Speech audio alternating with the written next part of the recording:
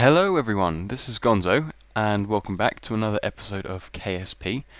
I got a new headset, so hopefully the audio quality is better than it was before. I just want to run over a few things with the ship. I've been trying to refuel it and service it. Obviously that's quite a difficult feat, really, as you'd probably see in Macy's series if you check out, I think it's the second episode. He does mention how it's very difficult to get all of the ships up, to refuel it and bring up the fighters and so on. Which I have made a few fighters. I wanted to use the cockpit for the airplane cockpits. These ones. And I think they look pretty cool. They're based off of the Mosquito design, quite heavily in fact off the Mosquito design, and they're using the shells that I quite like to use. These ones are pretty high power actually. I'm not sure how effective they are against armor, because to be honest I've never really used them, but so far as I can tell they are pretty decent. They shoot very far when on the planet's surface, and it's pretty cool to have this cockpit so you can look through it as you shoot. So let's just get him in here so we can have a look. Let's bring back our HUD as well. Who was I flying with again? That's him. So yeah, this is the interior view, I suppose, of the fighter. It is quite a tight fit in here, I'll admit. I was expecting it to be more spacious than it was, but it's not. But thankfully it's still enough room for some manoeuvring, so it's not too bad. But I think I'm only going to stick to 2 fighters in the ship and use the rest for other ammunition and so on. I suppose it could be useful for possibly larger scale incursions with maybe another carrier, perhaps, if the other carrier gets damaged. We've got space for the ships, so I think the first voyage for this ship should be the moon, as every first voyage should be, because I think I want to set up a base there, and I think the best way to do that would be to send up some habitation modules that I can attach to this front docking port, and possibly some smaller ones that will fit inside here, so I can build a mini colony. But first, I think I'm going to show you how to launch and roughly go over how to build one of these. So it's over to the spaceplane hangar we go. Right, so here she is in the hangar. This is the spaceplane hangar, and it's much nicer to build things in here because there's so much more control over the camera. The launch stage for this is using these new jumbo parts. I'm not sure what they're called actually. Is it the Kerberdyne engines? They're pretty cool. And I think these are slightly more efficient than the jumbo engines, the mainsails, because I think they're twice the power, or nearly twice the power. They don't quite use as much fuel. They have a slightly better ISP or something like that. Or sorry, remember, to be honest, I'm going off memory. I might as well check, but I'm just too lazy. It works for me, so I don't see any problem with using them. So yeah, it's an identical launch stage to the Spirit of Kerbin's, which is probably the best way of launching these things, because you don't want to build a huge hulking rocket at the back of this, because it's just going to add to the part count and the weight, and that's just going to make things more laggy. Because I'm just about able to record with this thing at 30 frames a second, so there are many improvements that could be made to this ship, really. Like, for instance, this back panel here is very vulnerable, and if that gets shot, I'm pretty sure it will explode and tear these inner fuel tanks off, because they're attached to this. Which would be quite disastrous, really, because all of the ship's fuel is based off of these. So one of those goes down, the center of mass is going to go off and it's no longer going to be able to fly properly. It won't affect the armor, but it's still something that I would not want to happen. Or at least it shouldn't affect the armor anyway. Now, the trick to launching these things, the only thing that I've noticed so far that's of any use to someone trying to launch something like this, is having the center of mass and the center of lift perfectly aligned when it's going to launch. It doesn't matter what it looks like when it's like this, because as you can see they're off quite considerably. But I think it's more that you're obviously going to launch it like this. So as long as you don't press the arrow keys while you're going up in the first sort of, I think, 10,000 meters or so, you'll be okay. Because obviously when you hit 10,000 you want to do the gravity turn, so getting it into space, I think I might just quickly launch one and show how it's done. Getting it into space is not too bad because it's quite stable, so I think anyone should be able to launch this if I put a download file up for it. And speaking of download files, I have had quite a few ship submissions which unfortunately I haven't got around to checking out yet. I will do that, but I wanted to release this video first in case people actually want to build fighters for this ship, which I'm going to get to in a second, because they have to be very specifically sized to fit through this hangar and to be able to turn around inside here and dock to these ports. So yeah, I think I'll just jump back to the runway over there and I'll show you launching one of these.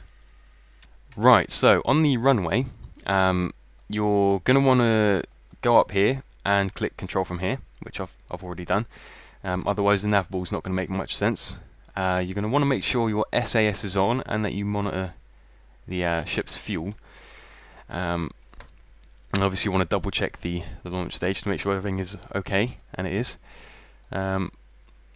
So you want the engines to fire before the launch clamps, really, so that you can build your thrust up, make sure it doesn't drop at all. So on this lovely moonlit night, I suppose we should launch. As I say, this is fairly stable. This is only the second time I've ever launched one, so hopefully it will go well. You never know, the first one might have been a fluke, but so far, so good. As you can see, the thrust looks like that's pulled away a little bit, which I guess that's to do with the arrow on that blue dot. Maybe that blue dot does affect things after all, but it still seems to be going straight. So you want to monitor this fuel tank here and then decouple that when it runs out of fuel, so we can reduce the weight as we ascend. So you just want to make sure you watch that. Obviously you don't want to hit the arrow keys, so just in case that it would flip out and you'd lose control, you'd never really be able to regain that. So I'm about to run out of fuel and decouple this tank. There it goes. Don't worry about it hitting back on the KSC. No one really cares. I don't think it really matters either, as this isn't career mode after all. So we want to check this one as well, because this will drain first. I'm pretty sure, I can't remember how to set this up. Is this? Yeah, it drains from the top and the bottom at the same time, so it does reduce the speed of this as well, so it's not like it instantly goes down. Drop that. Oh, keep forgetting. I need to add to the launch stage a connection between these two, but I don't think it matters so much right now because I've been able to launch it before. And now that we're at pretty much 10,000 meters, we can begin the turn, which I think this is the most efficient time to do the turn. You want to point at the 90 mark and then leave it there. You don't need to use any RCS for this as well, which is nice. So yeah, now it's just a matter of waiting until we hit the right apoapsis. Right, so I've pushed the apoapsis to 81,000 meters, which should be high enough. We should have enough fuel for that. And then you're just going to want to, actually no, I think you need to use the RCS for this bit, just to maneuver in space. You want to push it down to the horizon mark, and then start thrusting again before we leave Atmo, because I think it's best to get as much horizontal speed as you can when you've got your apparatus at the right height. So I think this is good to go, really. We're a little bit skew whiff really on the orbit, but it doesn't really matter as long as we get it into space. Don't really want that to climb too high.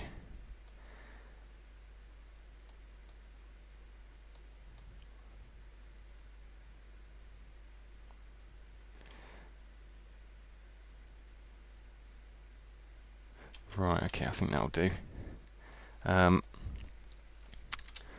So yeah, this launch stage is more than enough fuel, really. You can, as you can see, you can get more or less into orbit with these main engines, which is always nice. Let's just warp up to the top a little bit more. I think I might be, yeah, I'm focused on this on the Kerbin. Sorry, on Kerbin. I nearly said the spirit of Kerbin there. Right.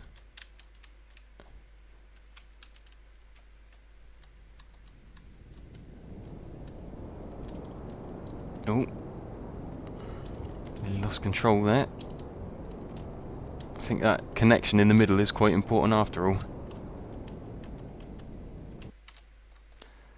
So we're nearly in orbit now. I don't know if I can do it on this launch stage alone. We'll see. Actually, I think that's almost there. Oh. Okay, right. So these have ran out. It's not quite enough. Maybe because I spent so much fuel getting it up to the right height. Oh yeah, I might have used too much there. So then you just want to transfer the fuel from these reserve tanks back into the main tanks. And obviously you want to cut the power to your engines as well, just so that they don't fire away and spin you out of control. So when this is all transferred through, you want to detach the reserve tanks and then fire the nuclear engines, or atomic engines I should say, really. And there we go, we're on our own power. That might be a bit loud, but oops, wasn't paying attention. So now you just want to fast forward up to the apoapsis and then circularize the orbit. And with more than enough fuel to spare as well, which is nice. That saves a refueling job, I suppose.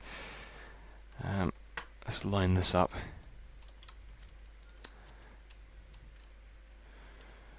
It's a shame, really, that the debris, even though it's supposedly going through the atmosphere, it doesn't get any atmospheric effect, so it doesn't deorbit itself unless you watch it. And there we go. We're in space, permanently in orbit. So it's not too bad to launch this thing, really. It's just the logistics are a bit of a pain, but I think it's well worth it. Back to the hangar, we'll have a look at the fighters and the size requirements for this hangar entrance here. So yeah, we'll just go over to the spaceplane hangar again. Right, so this is the launch stage for the fighter. It's more than powerful enough. It's also a bit of a refueler as well, because most of this fuel is left over when you dock with the ship, which is what has a probe attached to it. So you can kill two birds with one stone, really. Right, so the size requirements, really you need to keep it about the length of one of these Mark 1 cockpits, with not much on the back of it. Unfortunately, you can't be too adventurous with the ship designs.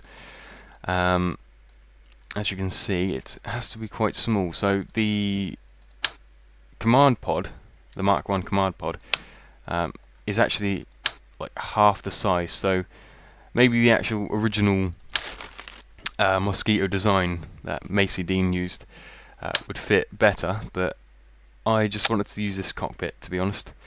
As far as weaponry goes, as long as you have docking ports on either side, they are pretty decent. I mean, that way you can store ammunition anywhere in the ship. And obviously, if you're going to design a fighter, you're going to need to use xenon gas and some RCS as well. And that's pretty much all there is to it, really. You don't want to... Hang on a minute, how big are these parts? Yeah, you want to keep them within around 2 or 3 meters in length.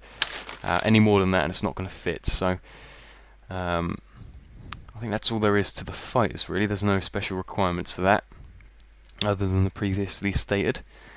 I think I have quite a few ship submissions. I think there was a carrier and maybe a fighter as well to review. And I'll see you in the next one. Thanks for watching, and bye for now.